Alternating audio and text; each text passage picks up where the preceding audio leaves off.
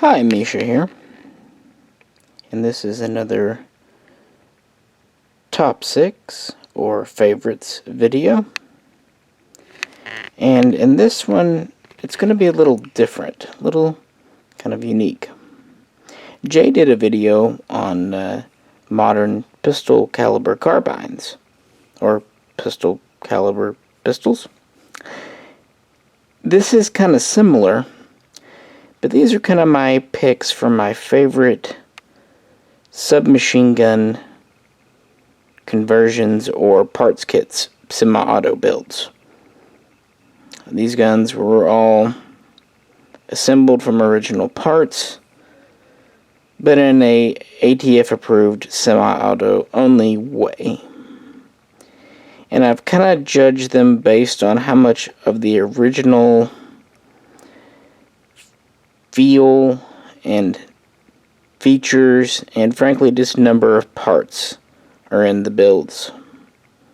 So, you know, the more authentic, the higher something is going to be on this list. Alright, so with that out of the way, and you're probably tired of sharing my point of view, so let's get to number 6. By the way, these are all going to be custom builds, not mass production. So, no Suomi or PPSH41 today. So, first up, we have the British Sten. And I went with this because this is kind of a lot of people's introduction to the home kit build. These kits are very cheap and available. And the build itself is pretty straightforward and simple. And because the Sten itself was not the most elegant gun in the world, hey, if some welds and stuff show, it's kind of fitting. But I went with the Mark V because you don't see this version as much. This was made first in 1944, so after the tide of the war had turned in favor of the Allies in Britain. So this was kind of their attempt to make a more refined Sten gun, now that they had the chance. And you can tell they took some inspiration from the Thompson. As we joked in an old video, the stock looks like it's made out of a shiffer robe. But it's wood, it does have a trap door, got a wood pistol grip, we've got an actual PEEP rear sight, of course we have the folding magwell, we have a short handguard, we have a number 4 style front sight, which is adjustable. Now since this is a semi-auto carbine, it has an extension, but this is the original 7.8 inch barrel. I do have a display barrel for this as well. And this build turned out real well. The selector acts as the safety. We have the original trigger, original furniture of course, original lower, original magwell, as you can tell from the markings. Much of the tube up here is the original.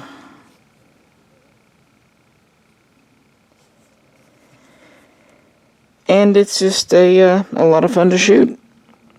So it is a Sten, but it's a little more elegance and a little more different. And you notice it does have the J-hook for the bolt, which some semi-Stens do not have. And this was one of my earliest kind of semi-auto subgun types, so yeah, it's kind of special for all that. And so I thought it was a very fitting number 6, and it just seemed like, hey, you gotta have a Sten gun, right?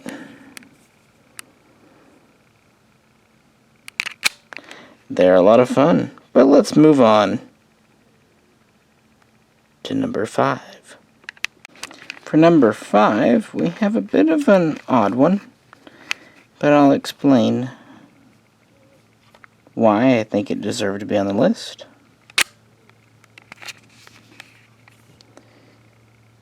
This is the Argentinian FMK3.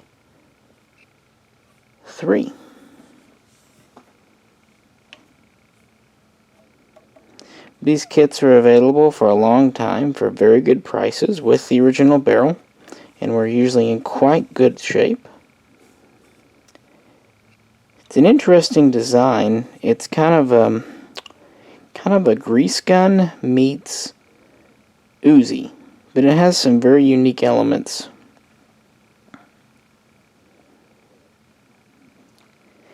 And we have this very tight-fitting, very sturdy wire stock. We have a nicely adjustable rear sight. We have a left side charging handle with sliding dust cover. It's even non-reciprocating. We have a hooded front sight. What's nice about this, even with the 16-inch barrel, with the extension on it to make it 16, because the original barrel is so long itself, it's nearly 12 inches, the extension doesn't look bad. Also, the barrel sticks way back into the tube.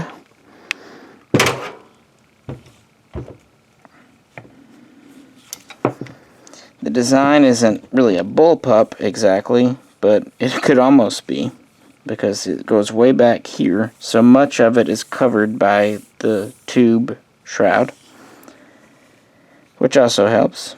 Flip it over here so you can see the rear sight, how it has this adjustment knob you just press in, otherwise it's locked. We also have a grip safety, as well as the standard safety.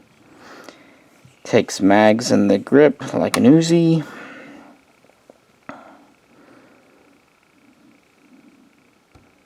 Have a push pin, kind of HK style for takedown.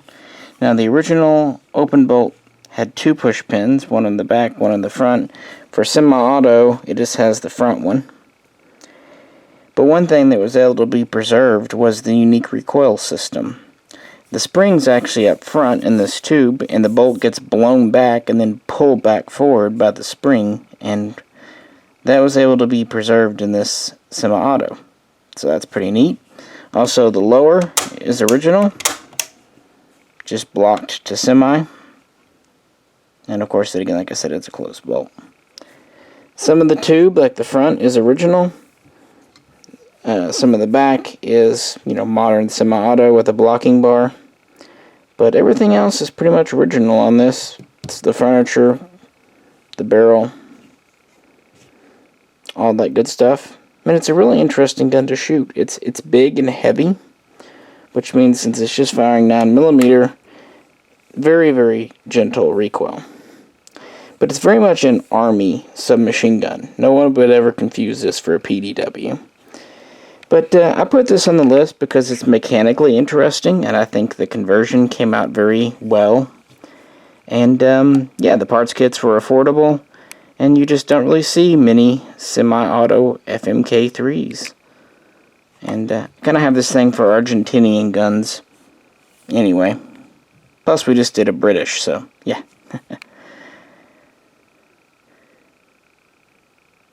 Well, let us move right along.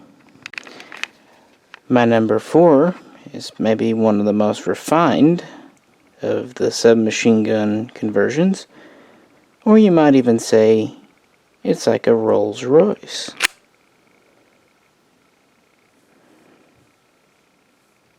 The Steyr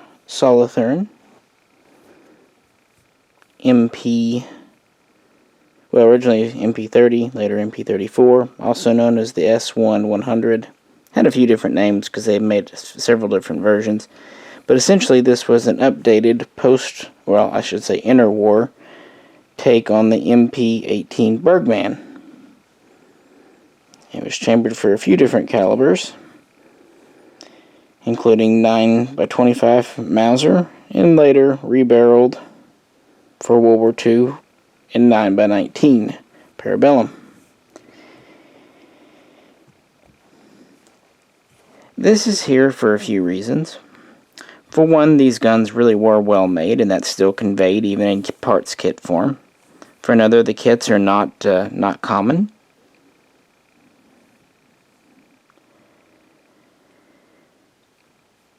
And also, I think the semi-auto conversion came off very well. It uses the original trigger pack. Of course, it's a closed bolt, but pretty much all the features, you use the same dust cover. Pretty much most all of the original receiver, except for the back bottom part, which is under the wood line anyway.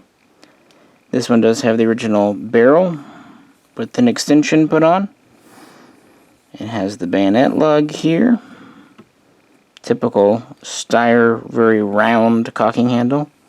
We've got the typical rear sight.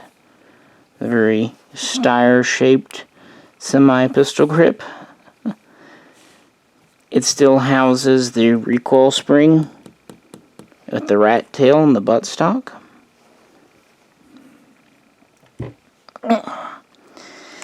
It's heavy, but not the heaviest. It's probably a little lighter than that Argentine. We do have the safety here, which is functional. We have that mag filler device on the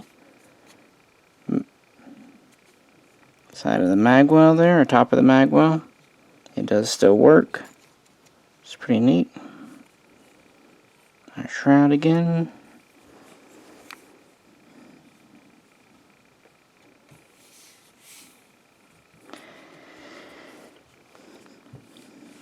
So it's a neat gun, but this isn't probably one of the submachine guns people commonly think of. So why did it make it on my list? Yes, this is used by Austria and even Germany, a few others like Portugal, but it's mainly here because it was also used by Japan. They started using it in 1937. The Navy, the Special Landing Forces had it, and then it would kind of get to the Army too.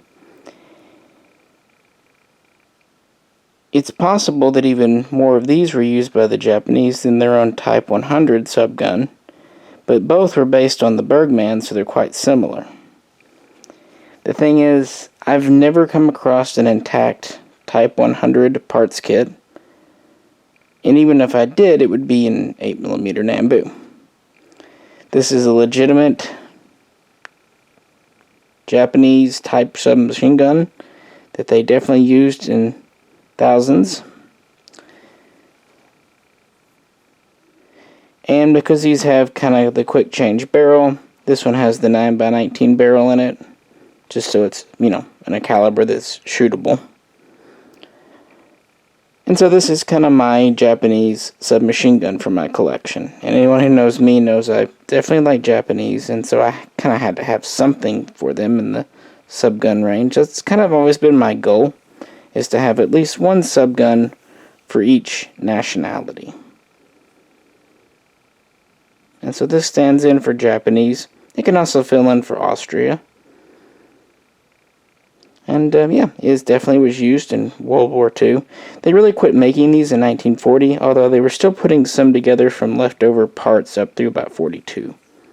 But yeah, it was kind of the pinnacle of the interwar submachine gun. It was very well respected for its craftsmanship and all of that, and it's kind of the final say in the whole Bergman line.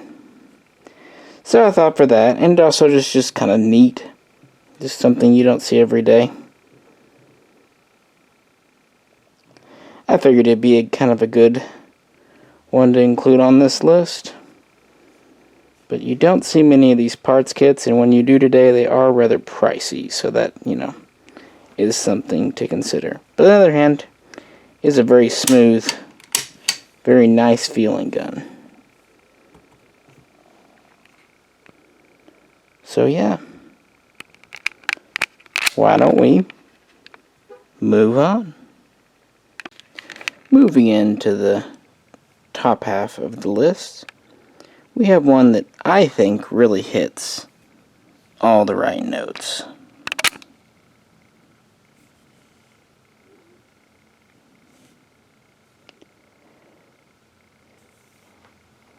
the Swedish Gustav M45, also known as the Swedish K. And I have the display barrel on this one for you. It is a functional carbine. The stock is very easy to deploy.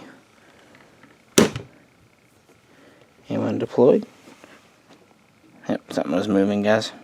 Just styrofoam. It is very sturdy. It's pretty simple stock. It's just a rectangle, but it does have a rubber cheek piece. Very solid. Have a very large wood grip. Pretty standard trigger. We do have the J-hook safety.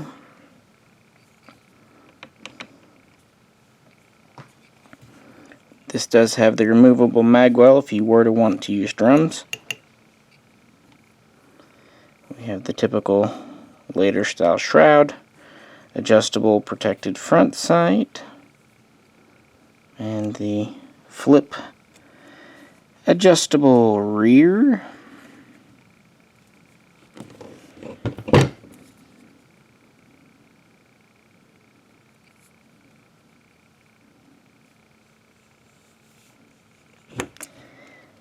As with the rest so far, this is a stolen 9mm Parabellum. Take a look at this side.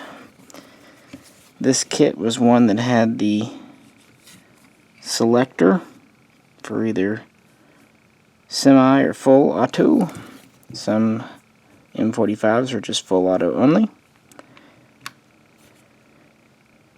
Has the typical takedown two-piece in the back. And it's a pretty simple submachine gun. Basically, what Sweden did right at the end of World War II and afterwards, they took a Sten and they polished it up a lot. Has a much shorter tube. Of course, we have the pistol grip, we have the folding stock, we have better sights. The rear has 3 elevation settings. The front can be adjusted for windage. They're protected.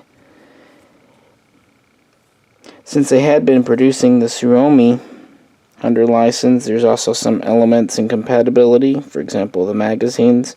Also the barrel system. It's a quick detached barrel. There's some similarities there. Mag catch is, of course, very similar. So like I said, this kind of hits all the notes. First off, it's historic. I do like collecting Swedish guns. And this is definitely something that was in Swedish service for half a century. Also, as you know, these were used very famously by American Special Forces earlier on in Vietnam, which is kind of where the Swedish K name comes from.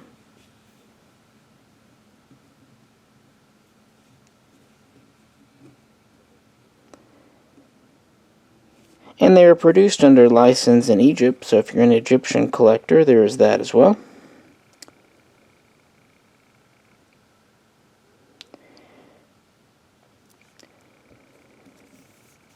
Believe it or not, when these parts kits were coming in and on the market, they were very cheap. They had the original barrel. Today, I know they've gone insane, but back then they were just a couple $100.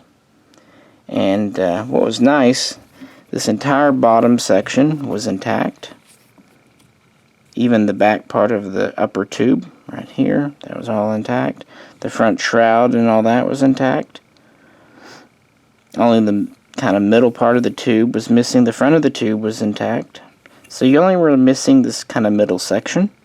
Everything else was here. So doing a semi-auto conversion was just making it a closed bolt. And you could just rework the trigger with a striker or a hammer if you wished, and keep much of the original look, feel, and even markings. Of course, you wouldn't have to always build it as a carbine. You could build as a pistol if you wish.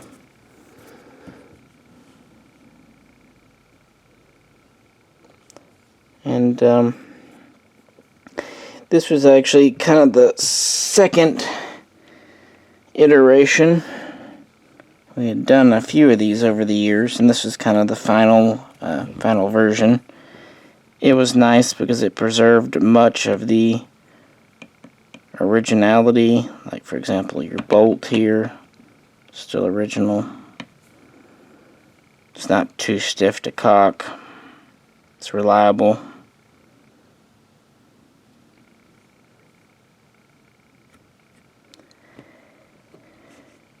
And again, it just really fills a niche in the collection for sure. And who doesn't like the Swedish K?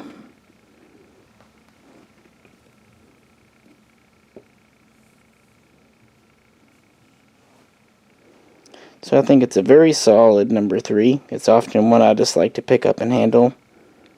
It makes me happy. So, yeah.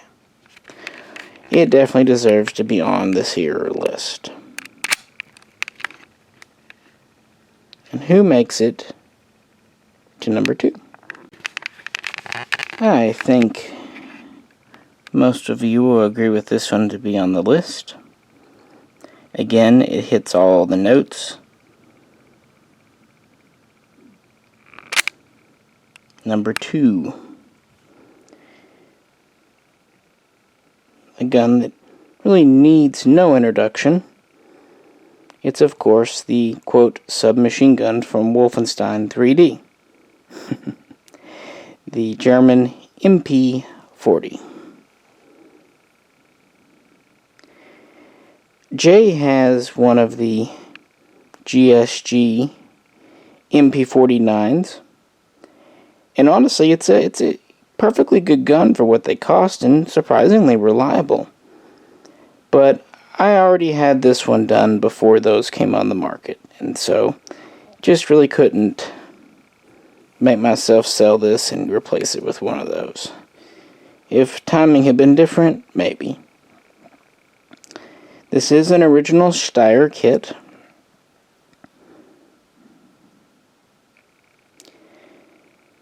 The only thing not original is the rear half of the upper tube.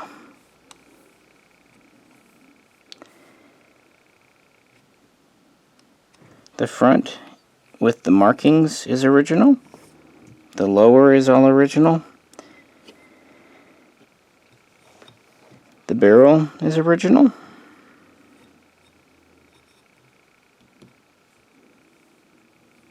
Even the bolt, while modified to be semi-only and from the closed position, is also original. It does lock in and out. You can lock it in the front or rear position if you wish.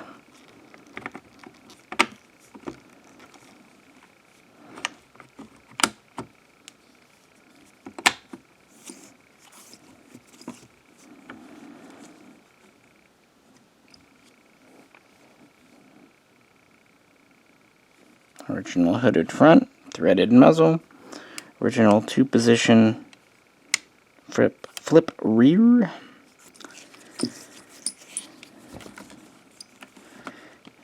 It does have the original buttstock. It is pinned closed. Don't worry, it's a non-destructive closure. Basically, the button is locked in the open position.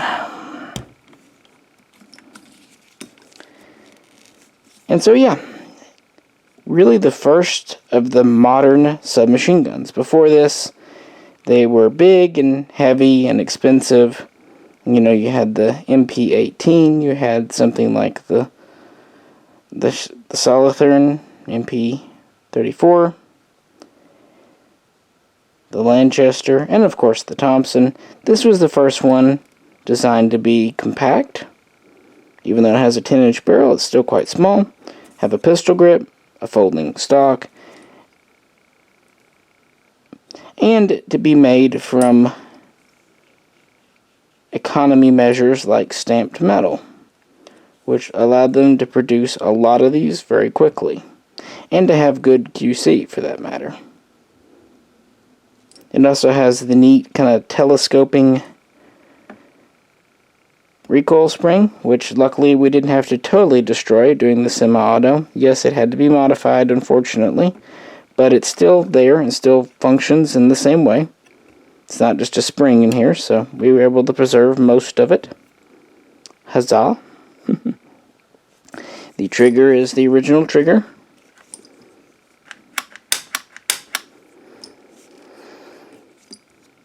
It does feed from standard MP38, MP40 magazines, and it does come apart the same way, with pulling this down and rotating the top off.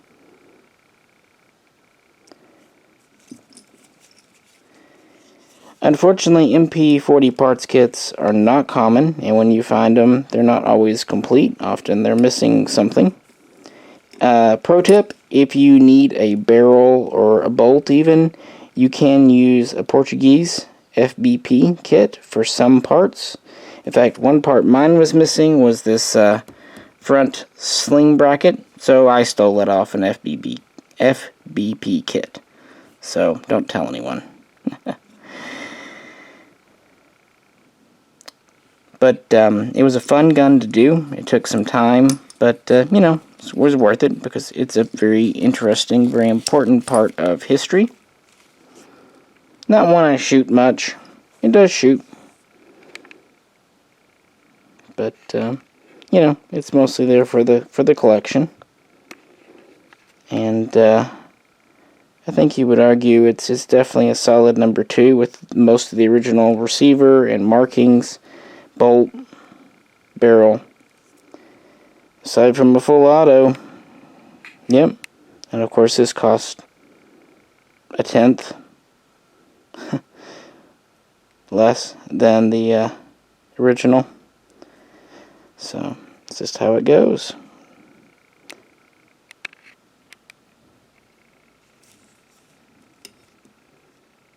Well, if this was number 2, what was good enough to be number 1? And of course, number 1 has to be an IO.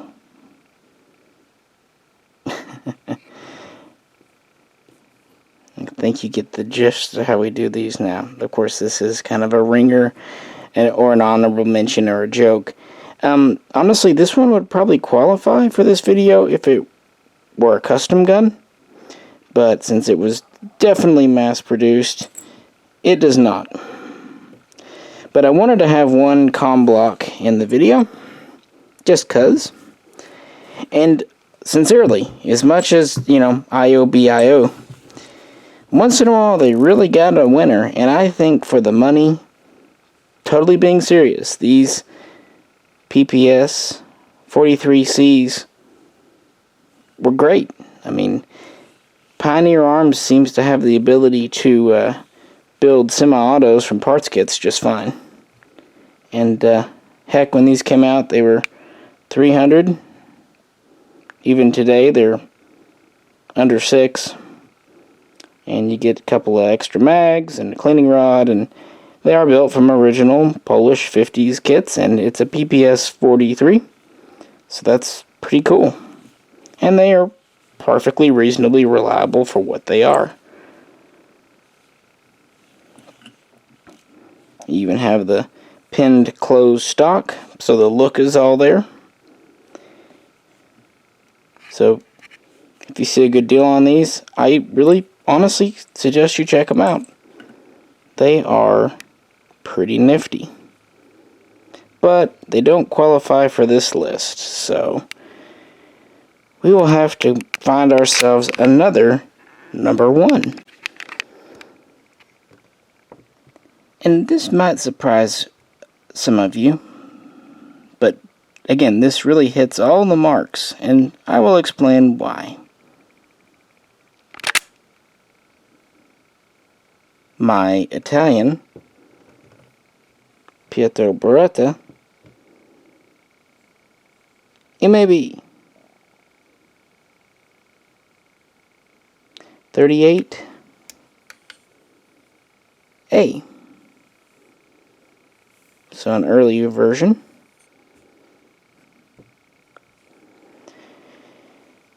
Considered to perhaps be one of the finest submachine guns made at the beginning of World War II. It still had a little more of that old world craftsmanship compared with, say, the MP40. We still had a machined receiver. Had actually quite a long barrel. To be fair, this was marketed more as a machine carbine than a true submachine gun, so okay.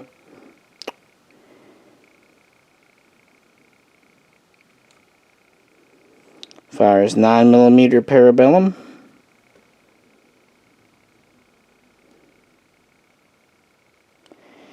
And has some really interesting features. And these are very popular not only within Italy, but also within Germany and many others. And they essentially saw use all the way through the war. And then even after the war, Beretta would make updated designs based on this, and they would continue to be used through the 50s. And there are lots of variations, but this is mine. I kind of like it. Let's talk about some features. We have a very long shrouded barrel with a cuts compensator on the end, kind of Thompson style. With all that together, it's obviously this is 16 inches to make it legal, but even the original was over 14, about 14 and a half. We have the bayonet lug underneath. We have and it's kind of a neat bayonet. It's a folding one, like an M38 short rifle. You can see the cutout in the stock where it would, the tip would fold into it. So quite well thought out. We have very nice finger grooves. We eject from the left side, kind of unique. We have an adjustable rear sight. It's not protected or anything, but it is adjustable.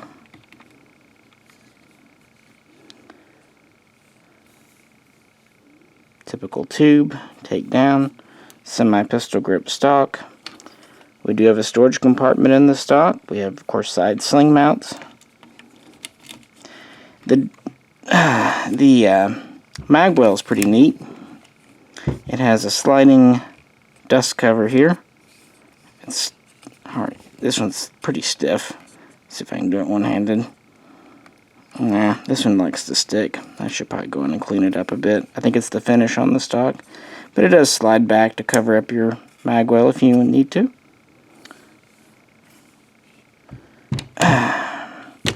We have a safety here, which is still functional on this conversion.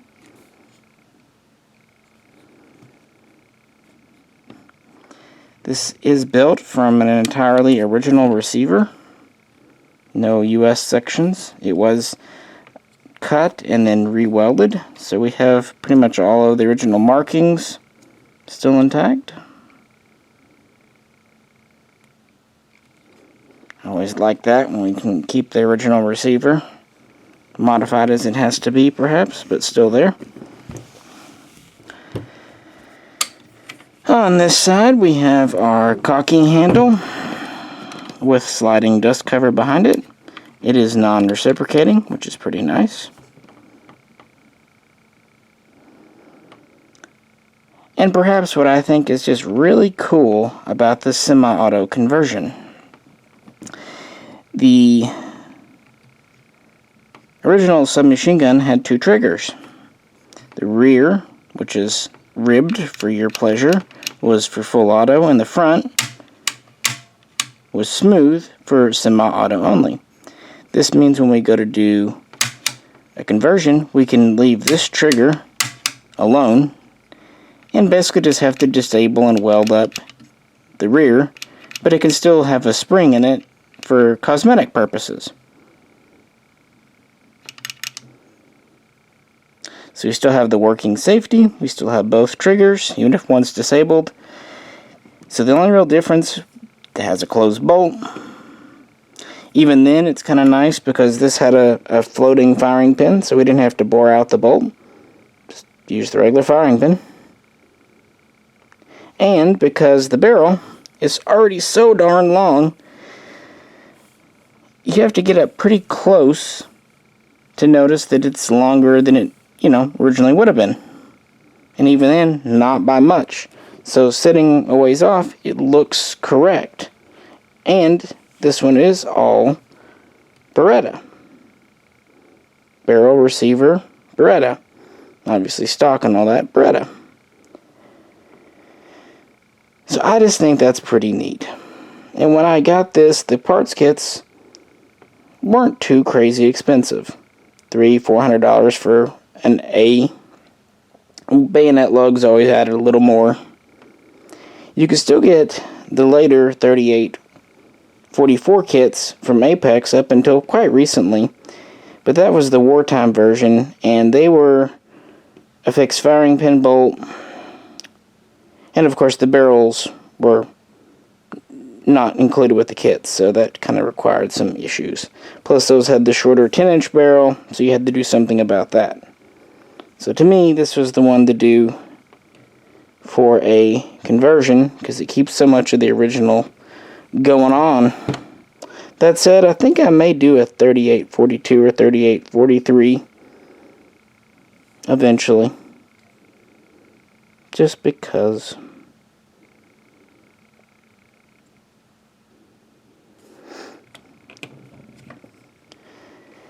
A lot of people will do an SKS trigger pack with its hammer down here, but if you can get one that still has the lower piece intact, you can keep it much more authentic and also have a much better trigger. So I'm just really happy with how this turned out. I've had it for a few years now, still very happy. So that always tells me when I like a gun. When anything's new, you're thrilled with it, but if you still like it, if you still play with it, a couple of years later, then you know it's a real keeper. And this is certainly a real keeper to me. Unless someone wants to buy me a registered NFA, of course. I will gladly take it. My birthday's in about 3 months, so we can do it then. How about that? Alrighty, guys. Well, I thought this might be a bit of a different top 6 video, favorites. Hope you enjoyed it. I always like pulling out kind of my custom guns. These are ones that I've done over a long period of time. Any questions or comments, or if you like doing kind of custom guns from bizarre oddball kits, love to hear about them in the comments below. And if you could, and haven't already, please like, share, and subscribe. Well, this is Misha. And Jay and I will both catch you very soon next time.